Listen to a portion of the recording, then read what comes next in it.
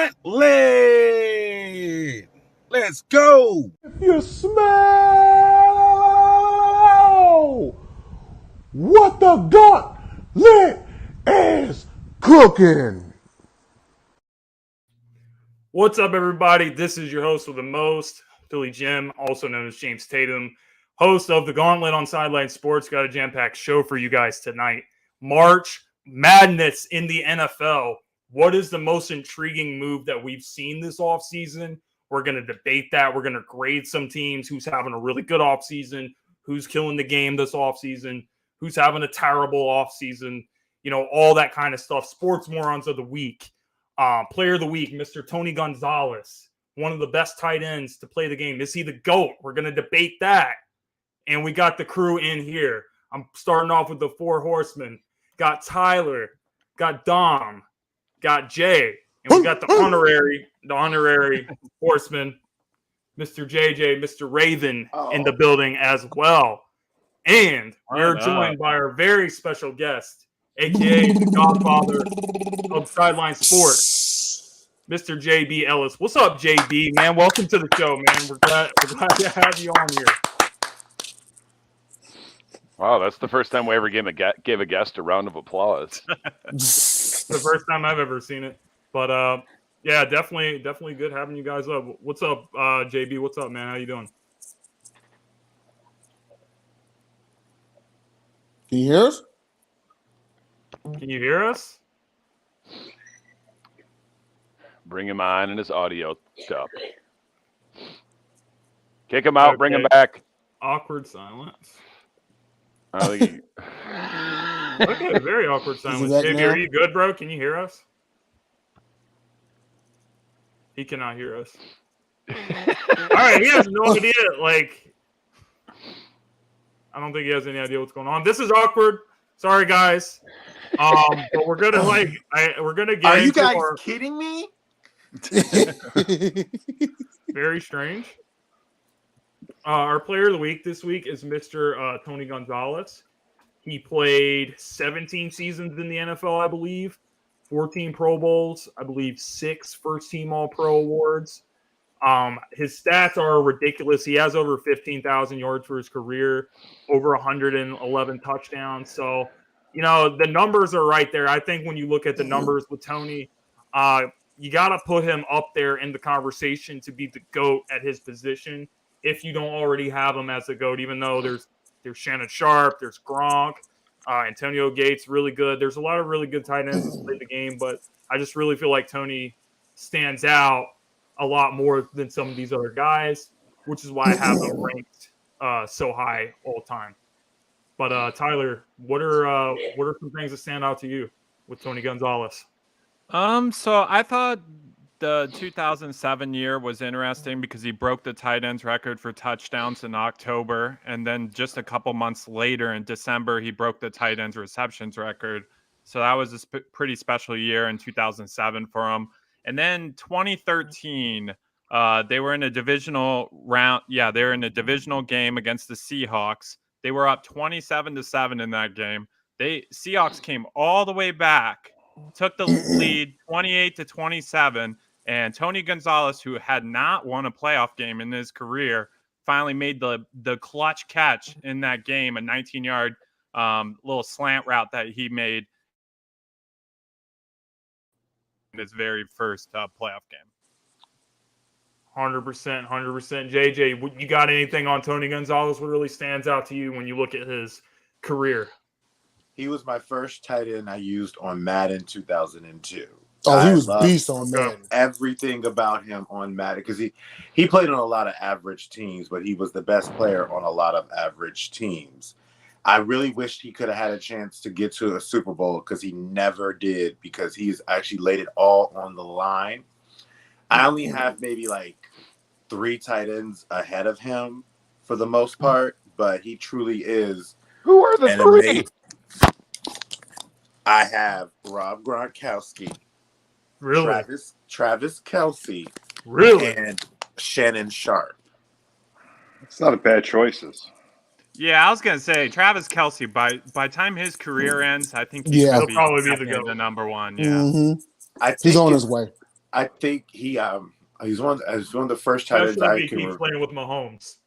That'll help his numbers out a lot too. I think it was a really good move for a young quarterback like Matt Ryan to have a security blanket like Tony Gonzalez. I thought that was the best move for his career, and Tony can do it all. And it's just a shame that he never got a chance to win a Super Bowl. Definitely. So JB, you got any thoughts on Tony Gonzalez and his career? Unbelievable tight end, great person. It was enjoyable to watch. I got to meet him when I went to the Super Bowl. He's actually getting into acting now. He's going to play a dad in, I believe it was a Netflix show, which was kind of cool, talking to him about it. Pretty cool. Pretty cool when you go to a Super Bowl party and you get, Tony Gonzalez by himself for a couple of minutes and you're talking to him. Pretty surreal, considering, when he's probably one of the best tight ends ever to play the position. And, he's talking to you about going into acting and nobody else knows about it. So it's kind of cool. But I think he's by far one of the best to ever play the position. And I really thought you guys were doing a bit because with the audio being off, I didn't realize it was my connection. And I was like, what the heck are they doing? That was extremely awkward. I was like, what's up, JB? What's up, bro? Are you doing good? I was like, wow, what are they doing? This is pretty cool. And then it just kept going. And he froze. Okay. Well, and he's out. Guys, while we're waiting on JB to get back in the show, I actually messed up because we were supposed to do Sports Morons first, but we're going to go ahead and get into Sports Moron of the Week now. For those that are new, I know we're starting our second season. Sports Moron of the Week is basically where we look at the world of sports and we just look at some of these people that are just some straight up doofuses in the sports world. Whether it's somebody making comments or anything you guys see on TV or even a player or a coach, doing something extremely questionable. That's what this segment is all about here. So here's the thing I want to get into, because we probably got a lot of sports morons to get to today, but I had an interaction with someone, and I just thought this comment was egregious, and I thought it was totally insane and ridiculous. So on Twitter, I've been doing these interactive tweets about sports, just any kind of questions. I posted this question. It was, if you could undo a certain trade that happened to your team, what would it be? So I got a response from somebody saying they were a Cardinals fan. They said that the trade of Dominique Rodgers-Cromartie. You met a Cardinals fan on Twitter? Yeah, what's and a Cardinals fan? Don't worry. It gets better. It gets better. So not only does he say that that's the trade he would undo, but to take it a step further, his reasoning behind it was this: we have not had a playmaking cornerback since Dominique Rodgers-Cromartie. I'll get it now. Patrick Peterson. Got it. Yeah. Could you be any more disrespectful to Patrick Peterson? Hold on, but what was the trade for DRC again? What was the DRC trade? Kevin Cobb and a second-round pick. Yeah. With your Eagles. Yeah, and he sucked. He sucked with us, but I'm not going to get it. I'm not going to get into all that. It's just highly disrespectful to Patrick Peterson, who you can actually make an argument for when you look at this franchise as a whole. He's one of the top players in their franchise history. So that's it. I thought it was straight up disrespectful. But I'm gonna pass it on over to Jay here. Jay, you got any sports morons you want to share? This one here, and I like the guy, I really do, but mine is Jimmy Butler. You don't fight your coach in front of people, period, especially not your team, not in front of your home crowd, and call yourself a leader of that team. This has been following you throughout your career. 100%. You go to a team and you cause ruckus. You go to another team and you cause ruckus. You come to this team. Now, granted, yes, a few years ago as a fifth seed, you took them to the finals. Great, but and this is just, maybe this is my veteran coming out, okay? So whenever we would supervise troops, we always had a mantra: you praise in public, you reprimand in private. You know what I mean? If I got a beef with Dom, I'm not going to do it in front of everybody. I'm going to pull him to the side and Why you vice gotta call versa. me out? Because I respect him as a man. You know what I'm saying? I'm just kidding, dude. Don't get your feelings. Anyway, but the point is, I got respect for him as a man. I would do that. This guy not only overshot that boundary, he trying to square up with his coach. Then UD had to step in there and say, whoa, wait a second. You will not do this here. And everyone knows he's an enforcer. So, yeah, that's my sports moron. You know, like, number one seed or not, you don't think you're so much above the team that you're going to fight your coach in front of your home crowd. I'm thinking there were some choice words that were said that made it seem like Jimmy was above the team, and that's when everybody was like, nah, no. Dom, you got somebody, man? Oh, yeah. Mine is the people or person that signed off on this Deshaun Watson press conference. Like, did you guys see that? That's a good one. Yeah, that's a good one. That was a bloodbath. Not only that, terrible. but then the owner choosing to not be there, and he's like, "Oh, don't worry, I'll do a Zoom call later with my wife." Like, come on. And like 5 minutes into that press conference, I was like, "This is a terrible mistake. There's nothing that Deshaun Watson nor the GM can say or do at this point to make the situation any better." And they made it like, worse. Right. Yeah, it made And it then I worse. see someone posted on Twitter worse. like, "Oh, did Cleveland win or lose that press conference?" And like 65 people said win. I'm like, where there? That was. Listen, and this is like, and we know Cliff Batts. He is a season ticket owner for the Cleveland Browns. He goes to all the games. He hated that press conference. He's been very vocal about it. So I'm just saying. Yeah, my buddy Larry is a Cleveland fan. 5 minutes into the press conference, he's like, "What the are they doing?" I'm like, "I don't know, man." That press conference could not have been any more infuriating, and it couldn't have been any more tone deaf. Like, you're really going to get on the podium with this whole situation going on. You're quote unquote trying to fix your name. That's what Deshaun's saying. He's saying, "Hey, I'm trying to fix my name," all this kind of stuff. And you're going to get up there and say, "Oh, when I was in Houston, I was very hands-on in the community." Like, do you even I don't even think he realized. I don't even think he realized what he was saying. Choose your words a little more carefully, sir. Can I say something? He was definitely hands-on. There are 22 women that are willing to testify how hands-on you are, sir.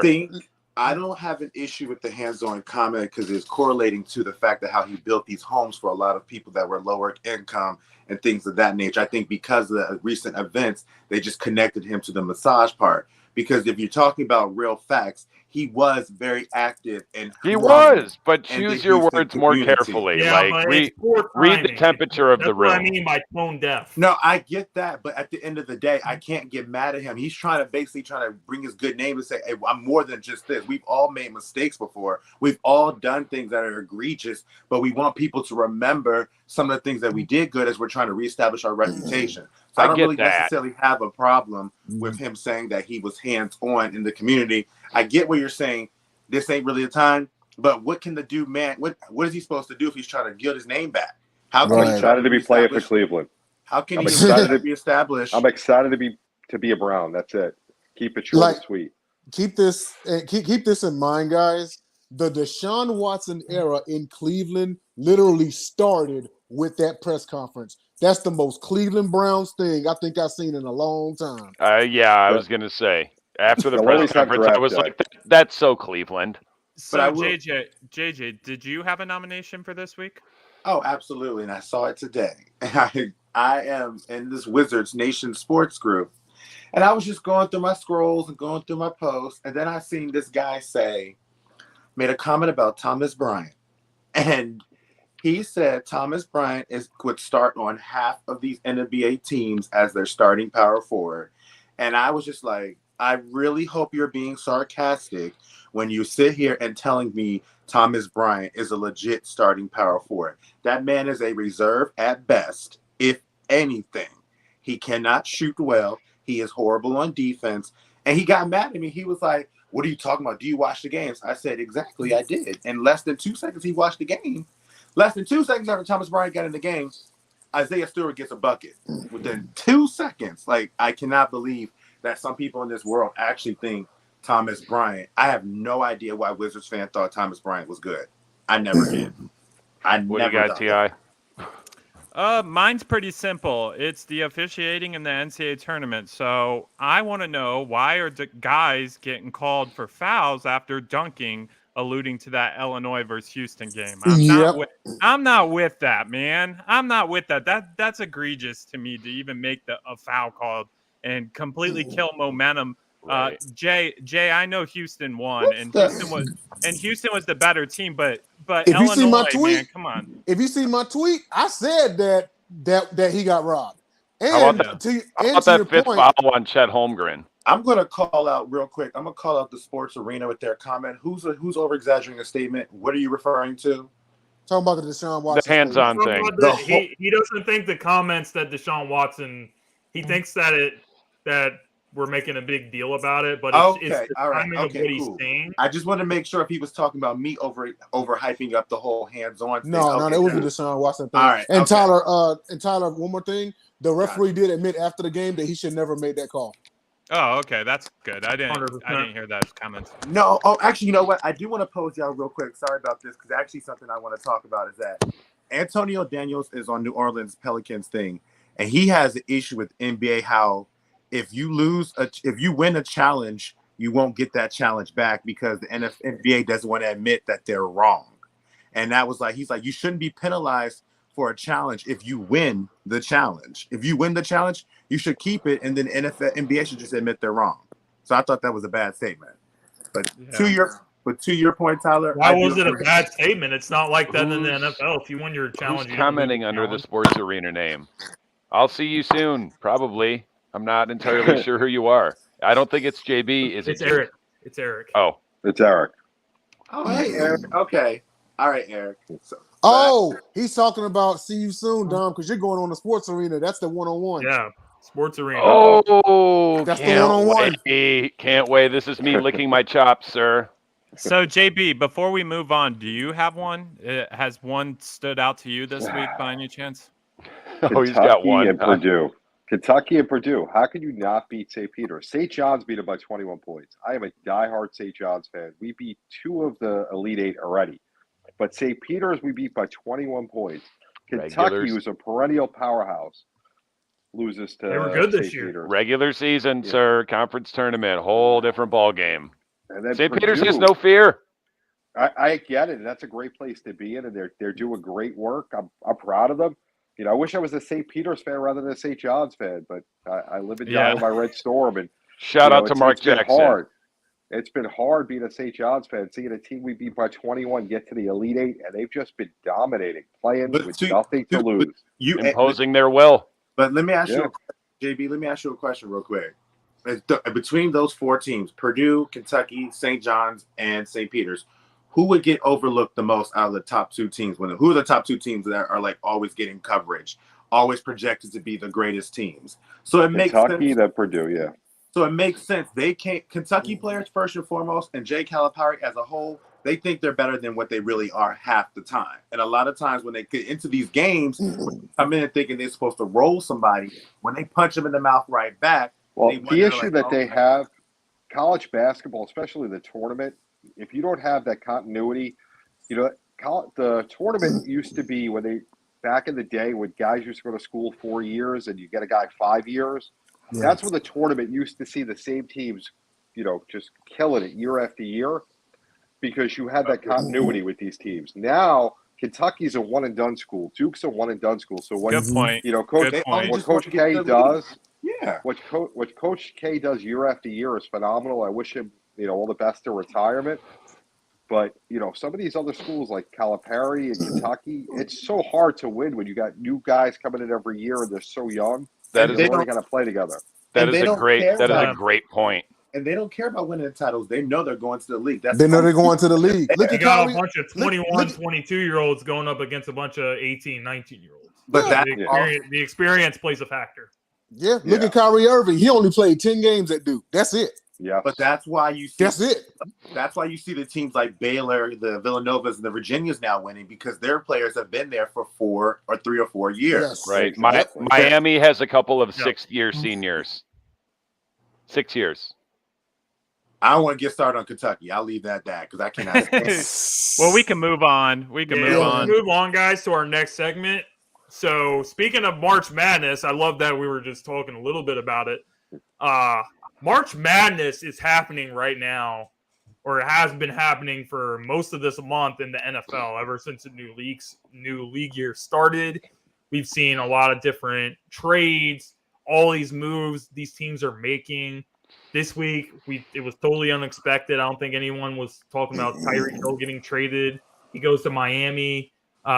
Chiefs get a pretty good haul back for him, few picks, but everything that we've seen this offseason, Russell Wilson, Devontae Adams, the list goes on and on. Like these teams are just going for it, and this is probably the craziest offseason in history. Would you guys agree with that? Absolutely, undoubtedly. Yeah, I would. I mean, it ain't even close. It's like Madden. So I don't know. I think what I really want to know is I don't think it's the craziest. I will give the Eagles' dream team offseason the craziest because it was a sweepstakes for Nnamdi. It was a sweepstakes for Cromartie. It was just a crazy year. why do you have to bring that up? No, because we see how that worked out. Don't forget Vince Young. Don't forget Vince Young. I'm not even saying that in a negative way, but as those signs were coming on, it was like all-star signing, another one. Like it just came. So back Tom to Brady back to back to back. unretiring, Aaron Rodgers signing a big contract, Russell Wilson. That's not crazier than the Eagles spending a bunch of money and overpaying Nnamdi Asomugha and Jason Babin and all those. Not at all because you knew Aaron Rodgers was not going to stay or he was going to possibly do this. You knew Russell Wilson wanted to get out because they were saying that before he even got injured last year. Like it wasn't like it wasn't coming. If you're going to give me somebody at that point, I will sit there and say what the Raiders have done as well as the Bengals and has been more crazier than Russell to Denver and stuff like that because the Raiders have loaded up on great free agents. The Bengals have loaded up on great free agents, but those quarterbacks moving and stuff or staying, I'm not shocked. I'm not surprised. I knew There's never been it. Okay, fair enough, JJ. I'm gonna have to go with Eric on this one. JJ, hush. Good for you. What I really want to know, guys, Eric, don't get mad about your Eagles. Of the moves that we've seen, which move do you guys think is the most intriguing move of the entire offseason? Go ahead. First. Go ahead, Jay. We'll go around the horn. Yeah, I think I'll keep it short, man. I gotta save my team because we didn't have any first round picks, a season ago, and then we had like one. And then when we made the trade, because Watson wanted out and he got out and everything, and so we sent them to the Browns. We got a couple of firsts, we got a third, we got a fourth rounder. So this was Houston's chance to rebuild. But I think the aside from those first round picks, the biggest thing was we were relieved of Watson's contract, so we freed up some more cake, And I was looking around like when the trade first happened. Cleveland fans think that they fleeced us. They did. More neutral sources said, it was a fair trade. And I saw about 2 or 3 that said Houston actually got Cleveland. But we all know that this is not the first time that Houston and Cleveland were involved in a trade for a quarterback. But I think Deshaun Watson's a little bit better. This whole situation with Deshaun Watson is not over. So if anything happens from here on out, the trade is always official. So if anything were to happen with Deshaun, Cleveland is not getting their picks back. They're not getting them back. They are not getting them back at all. And the reason why those fans feel like that, we robbed Houston, is because they're basing Houston off of the Hopkins trade. Bruh, that was 2-3 years ago. You see what I mean? So, I mean, you got to look at it like this. You guys got a lot for Deshaun. We got a lot. We got a haul, dude. You guys definitely did not get fleeced. But I'm all good. Dom, go ahead, man. I mean, the most intriguing move was the free agent signing, right? It was definitely Christian Kirk to the Crapsonville Jaguars, right? What could be more intriguing than that? Never had a 1,000-yard season. Christian Kirk signing that messed up the whole receiver market. It's either that or Marcus Valdez-Scantling getting $36 million for 24 catches. Once Christian Kirk signed that deal, it created a huge domino effect, and you had Devontae Adams, you had Tyreek Hill, and they were like, "Listen, if this guy has never had 1,000 yards and is getting $20 million a year, you guys better be giving me like a shit." Right, pony down. This is unacceptable. But on the real, I think the biggest move, the one that moves the needle the most for me, is Devontae Adams. Like, Derek Carr just got arguably, if not the best receiver in the NFL. It's really just a throwback to last year at draft time, because if you remember, Joe Burrow got Jamar Chase, Tua got Waddle, Jalen Hurts got Devontae Smith, and now Derek Carr has his college receiver, Devontae Adams. And everyone's still trying to put the Raiders in last, and it's like, for one, they just got the best receiver in the NFL. For two, the Raiders made the playoffs last year. I think Denver finishes last. Probably, yeah. Nah, because I don't think that that Russell Wilson remembers how to hang out in the pocket. I also think the same thing for Deshaun Watson. I didn't know until a couple days ago. Speaking of the Browns, they traded Case Keenum, so now you're going to roll with Jacoby Brissett for 4, 6, up to 8 weeks. Could be a year. Well, they're saying Baker's going to possibly start games for Cleveland if Deshaun. There is absolutely, that man will sit out. If they don't trade him, he will sit out. But that's part of why you probably. Baker has taken his last snap wearing a Browns helmet and uniform. That's the intriguing. He's going to Seattle. But that's probably why they would say they would even start him, because if you're going to trade him, you got until 6 weeks or 7 weeks to trade him. So why don't you let him start? It's an opportunity for him to get his stock up.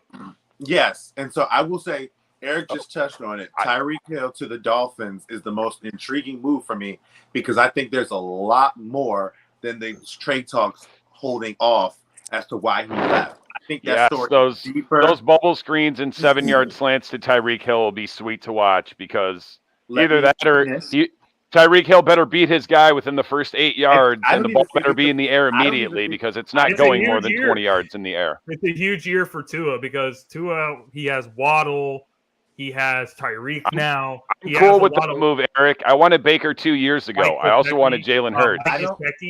But he's got a lot of weapons, so the Dolphins are pretty much taking this year and saying, hey, Tua, we got all the weapons around you. It's time for you to show that you're the franchise quarterback of this team. And if he doesn't do it, then they're clearly going to move on. And if he doesn't do it, they'll just sign Tom Brady in the offseason after this year. Go in another direction. I think this is a huge year for Tua. Go ahead, JJ. Okay. I don't think there was enough balls in Kansas City, and that's the big reason why Tyreek left. I don't think there's enough balls that could be thrown between Travis Kelce, Juju Smith-Schuster, Mecole Hardman, and EH on the outside, and Tyreek Hill. I think it was about the money, but I think he also seen his production was going to drop drastically with the additions that they had on this team. I got you. Okay. Tyler?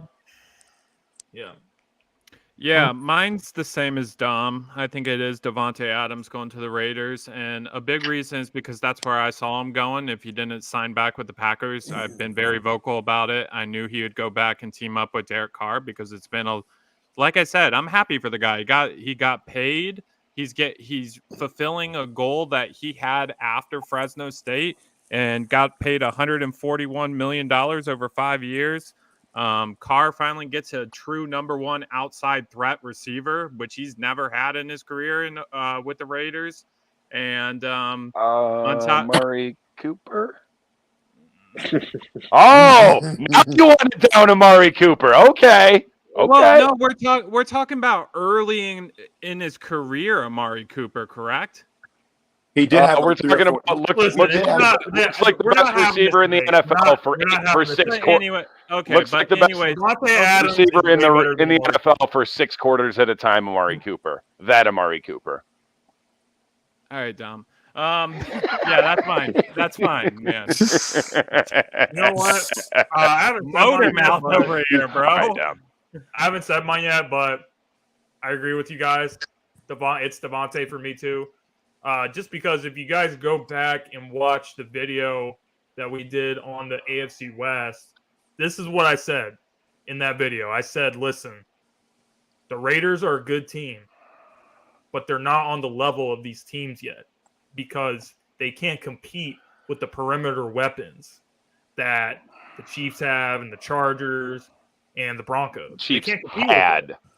And then they go out and get Devontae Adams. So I just think adding the guy who I believe is the best wide receiver in the NFL, adding him to a team that was already a playoff team last year, that's going to move the needle incredibly for the Las Vegas Raiders. And I don't think they're going to finish in last place. I actually think that they're gonna push the Chargers. It's going to be between them and the Chargers. I still think as long as Kansas City has number 15, I'm not picking against them. And that's why, regardless of what anyone's saying, I still have the Chiefs winning the division. But I think that the Raiders are going to make it tough on the Chargers, even though the Chargers have really done a lot of crazy moves this offseason. But, everything has looked good on paper in the past. But Raiders, we've seen Derek Carr played well. We saw him do it last year despite the John Gruden situation, despite the Henry Ruggs thing happening, all that kind of stuff. Adding Tay, I just think it moves the needle in a huge way for the Raiders. JB? Yeah. Defense wins championships. The Chargers brought in Khalil Mack. Why? I get why the Bears traded him. I didn't expect to see that happening. But this has been the craziest offseason I can remember in the NFL. There's so much going on. You got star players moving teams, Tyreek Hill, Devontae Adams. You got star quarterbacks that are still on teams that don't belong to be there. A-Rod, who's a waste of life. Why Green Bay is all in on him? Cut him, lose a couple of years, and then become relevant again. You're not going anywhere. The guy can't win to the playoffs. That's it. I'm done. Smart. Good call. Yeah. Yeah, I actually, that's a pretty good argument. I think that that they couldn't get the sort of haul from anyone but Denver, and Rodgers was like, I don't want to go to Denver.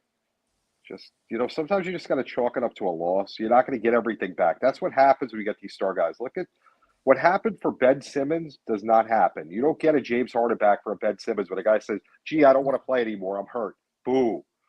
No, that doesn't happen. He still hasn't played. And look, he's still not even playing for Brooklyn. When a guy says he doesn't want to play, it diminishes their value. He's got that nagging labia inflammation. Listen, he's been out all year with it. Guys like that are a cancer to a team. How many Super Bowls does Rodgers have? He just not the same as Matt Stafford. Exactly. and how hard was I on Matt Stafford? And did I not say after he won, give him complete props because he just shut up and played, did what he needed to do. I abused him all year, and the guy just shut up and played. It's all you can want from a guy. Meanwhile, A-Rod, all he does is throw the best record every year. Come playoff time, it's always an excuse. The defense, the special teams, the offensive coordinator, my big toe. It's always an excuse. Just win games when they matter. Well, Tom Brady don't do that. Well, yeah, and when he's the still Packers won more playoff games than he's lost. Well, and when the Packers, and to the point, when the Packers did win the Super Bowl, it was when they were a 6 seed and they got in and they beat everybody on the road to get to the Super Bowl and won it. But that's because they had to win the last 5 out of 6 games of the regular season. They also beat Chicago and Caleb Haney in the playoffs. They were 13-3. So what's the point? All right, who's a better quarterback, Eli Manning or Aaron Rodgers? Aaron Rodgers. Aaron Rodgers. Who has more Super Bowls? Thank you. I saw like a meme or something the other day. Aaron Rodgers is the most talented quarterback I've ever seen. Tom Brady is the most. Eli has more rings than Dan Marino, and I know you guys love him, JB. Dan Marino has more rings. Aaron Rodgers ain't getting benched for a second string, third string quarterback. I think I give him time. He will when he gets old. To JB's point, I think the one thing I will give Eli Manning over a majority of a lot of these quarterbacks is the man is gritty and tough in the pressure pack situations. Mm-hmm. When he gets into the playoffs, he is not afraid of anybody. I think that's a big reason why he may not be more talented than Aaron Rodgers, but I think Aaron Rodgers mentally, crunch time, gets into these things, he's not a one that's going to be like, you know what, I messed up. Eli's like, you know about that more than most, JJ, with January Joe. That's the most impressive playoff run I've seen by any quarterback ever. Was Joe Flacco. to that point, like for example, Eli Manning in some of his playoffs games didn't start off well, but he would make that key pass to Mario Manningham to help them get to the Super Bowl against the Patriots the second time. The David Tyree, when he stood in the face of like everybody was pass rush attacking him through everywhere. Aaron Rodgers gets a little happy feet, and then he makes a critical mistake, but then he's pointing to somebody else and not pointing to himself. Listen, we're talking about Eli. We're not talking about Peyton. Rodgers is four-time league MVP. Only Peyton Manning has more. No, Eli talking about regular season with Aaron Rodgers. I don't want to. Eli Manning is 2-0 in the Super Bowl against the greatest quarterback of all time. When it comes down to it, Aaron Rodgers. He is on Aaron his Rodgers had better teams throughout his career than Eli ever did. And yet Eli, all he did was beat an undefeated New England team and come back and beat him a second time. Now, Aaron Rodgers ain't nothing but excuses. Now, I will say Aaron Rodgers. So is Nick Foles better than Aaron Rodgers because he beat Tom Brady? Yes. Nick Foles has as many rings as Aaron Rodgers. When you're talking about Eli, you have to give.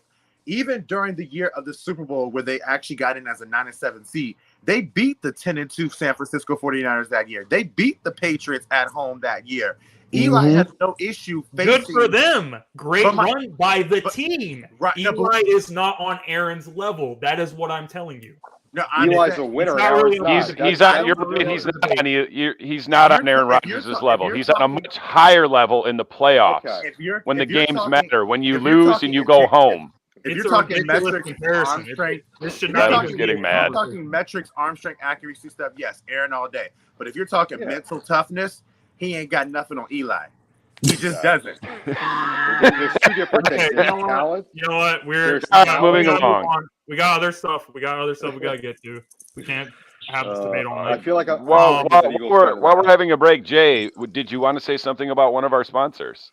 Yeah, sure. So, download the Score No Score app. It's available at your Apple App Store and Android if you're one of them little punk Android if you're users. poor. If you but go ahead and download it. It's an awesome app. Basically, what you do is you bet during the game. You get a set amount of coins. You can also purchase more coins, but you literally bet on the next play. So is Judge going to hit a home run or is LeBron going to make this shot? But it's awesome. So far, they have baseball and football on there. There will be baseball this year. Spring training's already happened, so you can. This is back, so you can download the app and you can start betting on baseball on there. And of course, when football season comes around, and whenever they choose to add basketball. But Score No Score app is awesome. Go download it ASAP. Okay, shout out to Philly Fades, official sponsor. 513 South Street, Silver the Barber. Follow him on Instagram. One of the best barbers, if not the best barber in South Philadelphia. Definitely go check it out. So we're going to move on to the next topic, which is going to be grading some NFL off seasons. We're all going to go around and share who we think is having the best off season right now and who's having the worst. And I'm actually going to start with the worst. And as you guys can see in the thumbnail, Atlanta actually blowing a 28-3 lead, not in a game, but to the Cleveland Browns. So let me get this straight. The Browns were heavily favored to get Deshaun Watson.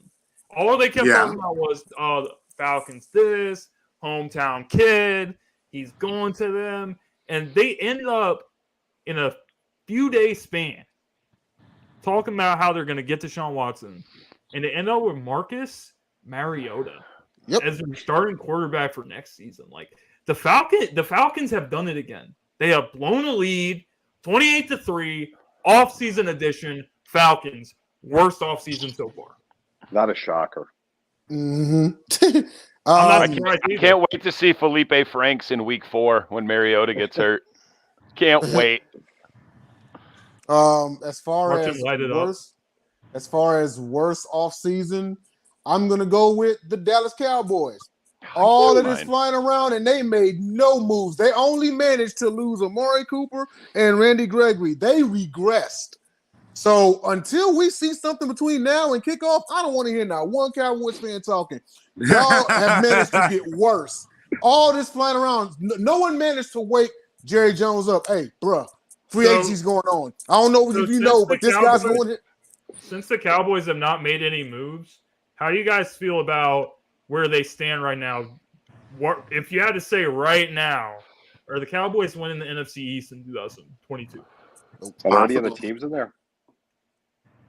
Come on, you're an Eagle fan. I'm a Giant fan. Are there any other teams in the NFC East besides the Cowboys right now? I mean, wow, don't sleep on the we've Commandos and we've Carson got 3 Wentz. first-round picks. Our team's going to look drastically different after the draft. Let's see what you guys take in the first round. As of today, it is the Cowboys and then there's the 3 of us. Unfortunately, because it kills me because I hate the Cowboys more than I hate the Eagles. The Eagles were in the playoffs last year. Yeah, way to get you. Same place the Cowboys got, but right now the Cowboys are the better team. Hey, the Commanders got Prince Harry.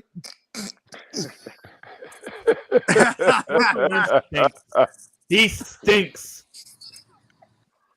Best I'm going Chargers. Worst, I'm going either Cowboys or Crapsonville. But, I mean, that's just Crapsonville doing Crapsonville things. They've got $60 million in cap space every year. They overpay 4 guys every year, and then they go and win 4 games. And they're going to blow their draft pick. I'm honestly looking at the only other team in the AFC North that we have not talked about, which is the Pittsburgh Steelers. I don't really know what they've done outside of letting Juju walk, not replacing their quarterback, doubling down on Mason Rudolph and, getting Dwayne Haskins over. The only move I can honestly say that I feel like is their best move was getting Brian Flores on their coaching staff. But other than that, I don't really know if I can say – I don't really know if I can sit there and say that they have had a good offseason because they haven't. Every other team in the AFC North. Every other team in the AFC North. That's a classic freeze face. You're going to have to screenshot that. I was going to say screenshot that. Because someone's – hold on. To his point, though, I just want to say real quick that the Bengals are – having a really good offseason right now because we saw what they're able to do going all the way to the Super Bowl, losing to the Rams, but still had a good season, exceeded everyone's expectations. They have really addressed a lot of needs on their offensive line. With that upgrade on the offensive line, they're able to keep Joe upright. I can see Joe Burrow having an MVP caliber season this season. I really can. And I think the Bengals and the Ravens are going to be the 2 teams that's fighting for the AFC North title. But I'm really impressed with what the Bengals have been doing too. Now, I will say one thing I would have fallen back on. I know everybody, because I heard that there's a good chance that Dallas could get Bobby Wagner. If they get Bobby Wagner, that turns their whole entire offseason around. He's old. I don't think that's going to happen. He's met with the Ravens and he's met with the Rams. I mean, if he just wants a bunch of money and no rings, then yes, he'll go to Dallas. But if he actually wants a ring, he will sign elsewhere, probably for less money. Hold on. I don't know if you can sit there and say that because when he got at his best, he made his name. His defensive coordinator is the same defensive coordinator in Dallas. Yeah, but it's not really a hard pitch. But it's Dallas. For the Rams, it's not really a hard pitch. We just won the Super Bowl. Aaron Donald, Jalen Ramsey. Dallas is approximately as relevant this century as the Detroit Lions. They just have 1 or 2 playoff wins. But my whole point is, it's not just about what it is in the past. It's about how that person fit with that person. That person, Bobby Wagner, was at his best with Dan Quinn. Sure, he's a good scheme fit. If you bring him in, he's also going to get no reports of Bobby going to Dallas, though. Those are not I don't know if I can say that. I don't know if I can say that. Because, again, it's not like they weren't in the playoffs last year and they faced against a team that they had a struggle with. But Bobby Wagner has also been successful being a defensive guru against those same 49ers with the Seahawks in those times. So it's not like he doesn't know. No, what I'm telling you is it's not even confirmed that he's meeting with Dallas. That's what I'm not saying that. I said if he does. That's the first thing I said. If he was to go, that would turn their whole entire offseason around. Okay. Tyler? Yeah, are we all good on this Yeah, subject? Tyler, you got anything?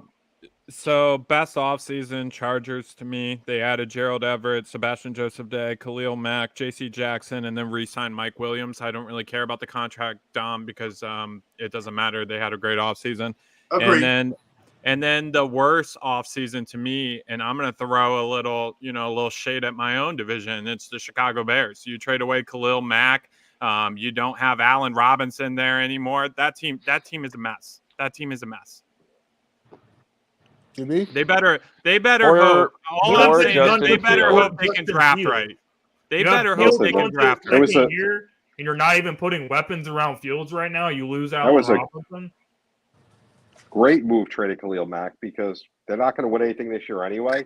He was hurt the last couple of years. Great player by Right. all means. Get what you can Exactly. At this Unless you're point, winning yeah, this year, exactly. from. No point in keeping him. Get Trust out from me. underneath the contract, get back whatever you can, Yes. and just turn the page. I mean, it sucks to lose a guy like that. If you're a fan, it's horrible. But as a team, great move. How many I think times have that- you said that, Dom? How many times have you said, "Oh, just get back whatever you can and turn the page"? How long has the rebuild been for the Lions? All of my life, That's plus cold. 50 years. Do you That say is that? cold. Is this just That's rinse and cold. repeat every 2 years? You know. Hopefully not. The only thing that I said when we hired Dan Campbell was I don't love the hire, but I will love the hire if 4 years from now he's still the coach. Because the best coach I've seen in my life was Cocaine Wayne Fonts. Why? Because he was the Cocaine coach. Wayne! Because he was the coach for 120 plus games. Sure, he lost one more game than he won, but he also won one less than he lost. And we made the But- playoffs pretty much you- every other year throughout the 90s. And outside of Jim Caldwell, who I think Lion fans don't give enough credit to, Wayne Fonts was their last great coach. Yes. Mhm. Without a Well, doubt. Dom hates Jim Caldwell, but that's a whole different. I don't story. hate Jim Caldwell. I hated the hire because it wasn't a good hire. It was a safe hire. People are like, oh, he's going to get us over the hump. Like, we can't even see the hump. He would have if you He gave him got a us in chance. the vicinity. Like, is that the hump up there? He You would have didn't got give him you a out. fair chance. Terrible That's another story, yeah. Matt in-game Patricia. decision. You know what Jim Caldwell is? He's a rich man's Anthony Lynn. No. Yeah. How many Read that games? bo- How many read- games? read How that many bottom close bar. games did he What that cost bottom us bar say? with bad in-game decisions? You just You guys Egregious. got I one of like those that word. too? You disgust me. That's what I'm here for. Clown Prince. All right, guys. So we're gonna wrap up the show now. We're our last segment, which we haven't done in quite some time. I know we've done it here and there, but we're definitely gonna start bringing it back. The non-sports topic, and I'm choosing the topic this week. I've been really excited for this one. So what I want to know is, of any song that you guys can think of, what's the hardest opening verse of any song that you guys have heard? Dude, Go ahead, Jay. Wu-Tang Clan, Triumph, Inspector Deck. Still one of the best verses I've heard in my life. Dude, like, like in the music video, like he's like stuck on a building, and then there's like killer bees that's following from like member to member. Man, but that verse was just awesome. Just like, I bomb atomically. Socrates' philosophies and hypotheses can't define how I be dropping these mockeries. Lyrically perform armed robberies. Flee with the lottery. Possibly they spotted me. Battle scar shogun. Explosion with my pen hits tremendous. Ultraviolet soundbound forensics. I inspect you through the future sea millennium. Killer bee souls, 50 gold, 60 platinum. Dude! Straight stovetop flames, man. Like, and then they had the Stovetop other flames. members, so like, yeah. Stop! I just heard. Like grease fire flame. But go ahead, Dom. I'm going with Bone Thugs and Harmony featuring Notorious B.I.G. and Notorious Thugs. Nice. I'll go Nice. next. I'll go next episode. Dr. Dre and Snoop. Hardest opening verse? Nice. Okay. Literally, I'll go Dr. Dre and next. I think I said this before on here, but I'm gonna say it again anyway. I'm gonna go Ice Cube, F the police. Yeah. No, no, great choice, man. Great choice. I love it. Yeah, I don't know if it's the hardest, but going back to Cali by Notorious. Yes. Okay. Yes. That Good was one. a It may not be fire the verse. hardest, but it's just the move. My choice is That's pretty hard. My choice is Hail Mary from Tupac. Oh, that's a Can't classic. complain. I ain't a that. killer, but don't push me. Revenge is like Yeah. the sweetest joy next to getting Yeah. That's memorable. Like, not kids watching, can't say certain things on the airwaves, but that's definitely up there for me.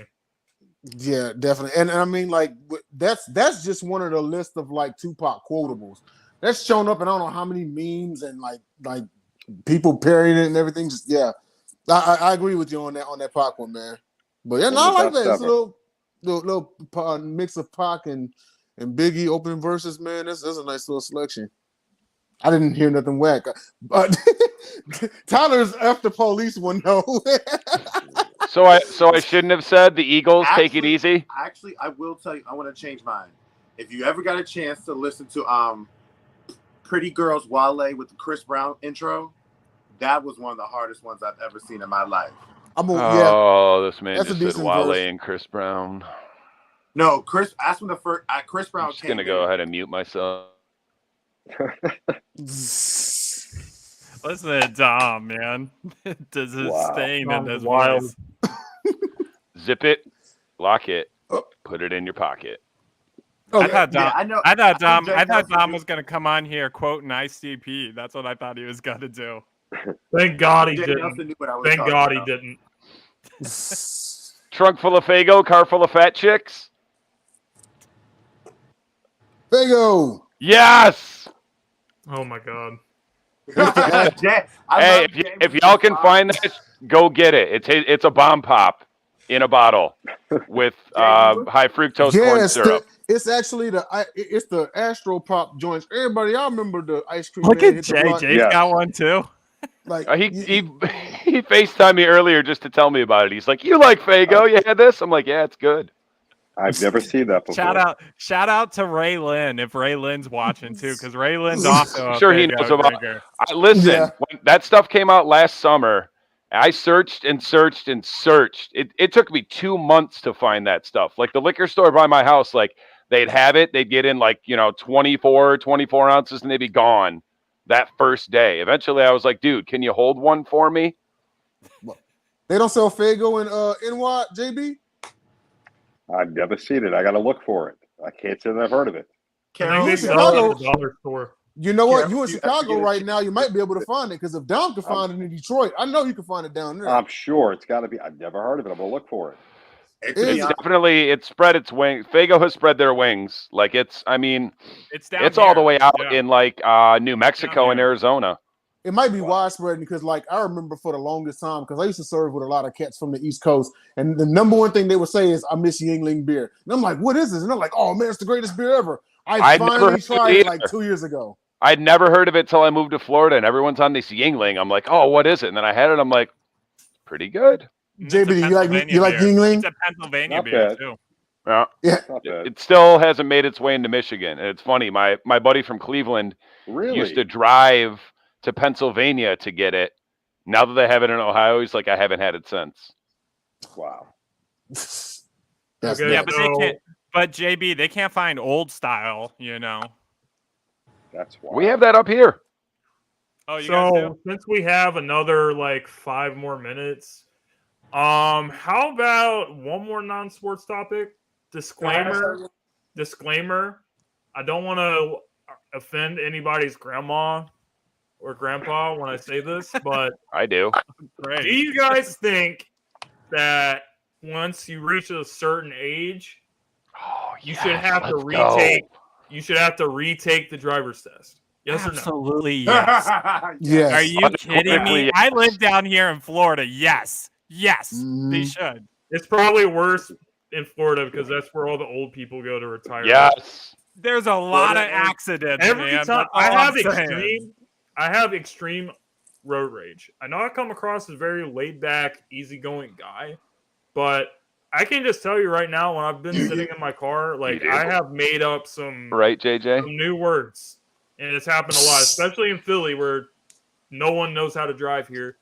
But it seems like every time I get in a situation where I'm driving on the highway, somebody's going like 35 in a 50. Well, that's because what do you do with going 35 on the highway? It's always either like some 16, 17-year-old girl doing her makeup, or on the phone, or it's always an old person. When I pull up beside him, I don't want to hear all that. I'm gonna be a girl dad soon. I don't need to hear about this kid about accident doing makeup. You guys need to learn how to drive, and once you reach the age of 60, 100%, You should have to retake the driver's test. There's no So, question. Man, you know what? My question. I'll tell you what, Ti. Here's how you fix that. Once Everly gets to that age and she gets her driver's license, whenever she leaves the house to go drive somewhere, you take her smartphone and you give her a track phone that all she can do is call you or maybe T9 text you if there's an emergency.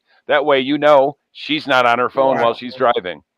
I mean, to be honest with you, in terms I'm going to of do the same thing with my kid, trust. In terms of Philadelphia, y'all have the smallest streets ever, which is the most ridiculous thing I've ever seen in my life. So I can understand why people drive at 35, 40 miles an hour when you got to drive through them stupid little streets like that. Like, Hey, We're not talking about the streets. We're talking about on the highway. But that's what I'm saying. As They're the so one- used to Everyone in driving Houston the should take the streets on driver's regular test twice a day year, no when matter they what get age. on the highway. You don't even know what you're saying. I As the do know what I'm closest saying. one to that age. I've been to your city plenty of times, and I know why they drive the way You don't they even do. know what you're Because saying. they're so used to going up in y'all small little streets and possibly hitting people on the sidewalks because your sidewalk is 1 foot out. Hey, All it's right, not Carol, my, hey, some you want that Queen? driver? JJ, if you can't Queen? parallel park, that's not my problem, bro. Huh? Take some driver lessons. Learn how to parallel As the park. closest one to having to retake the test, you know what? Let's take test over and over again. Once you get to that age, you got to show me you can drive because I'm with James. I got that road rage going. I don't want to sit in traffic. Learn how to drive or get the hell off the road. Get away from me.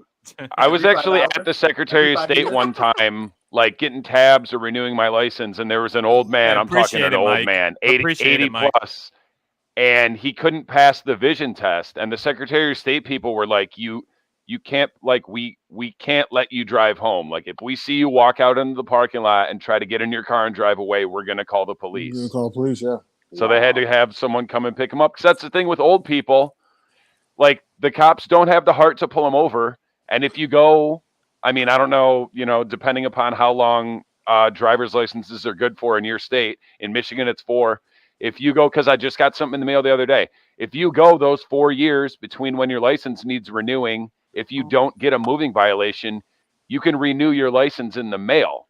So you've got 80-year-old people out here that haven't had to go into the Secretary of State and take the vision test in 20 plus years. Apparently that guy did, and they were like, you can't see, bro. We can't let you drive. You're a danger to other motorists. I've been in 2 accidents. I've been in 2 accidents down here. Both times were the other driver's fault. Both times it was an old lady. That's most of the reason that my folks are getting away from Naples. They're like, we can't take all the crappy old people drivers down here. The traffic and to Dom's point, it's essentially a lose-lose situation because if that elderly's inabilities to see or move right behind the wheel ends up killing someone.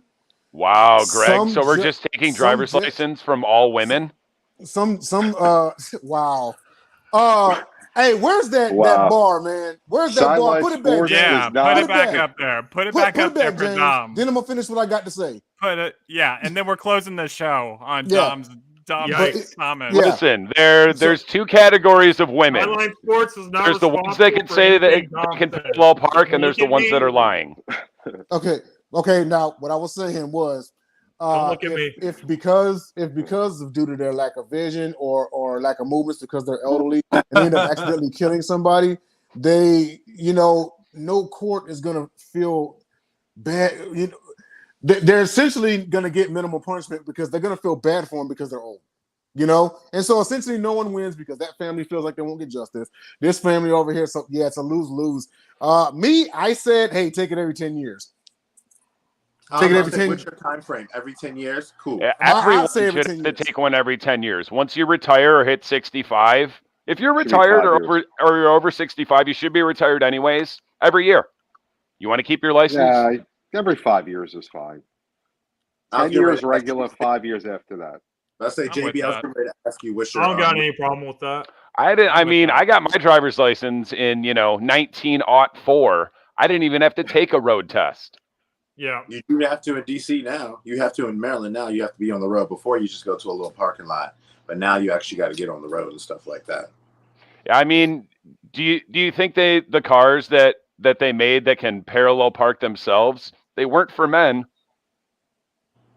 Just saying. That is true. Well, guys, that stuff scares me though. Like the car shifting by itself and the wheel turning. So like, no, I'll just I'll do it on my own. Thank you. All right. I just want to say thank you for everybody that tuned into the show tonight. If you guys wouldn't mind, please go to the video, leave a thumbs up. It would really help us out a lot. We'll definitely be back here next weekend for another show. In the meantime, I am going to keep on covering the Philadelphia Eagles and everything that's going on with that. Other offseason videos for the NFL are also on the way. We will see you guys next time. JB, JJ, appreciate you guys joining the show tonight as well. Yeah, thanks, guys. Pleasure. And we will see you guys next time, all right?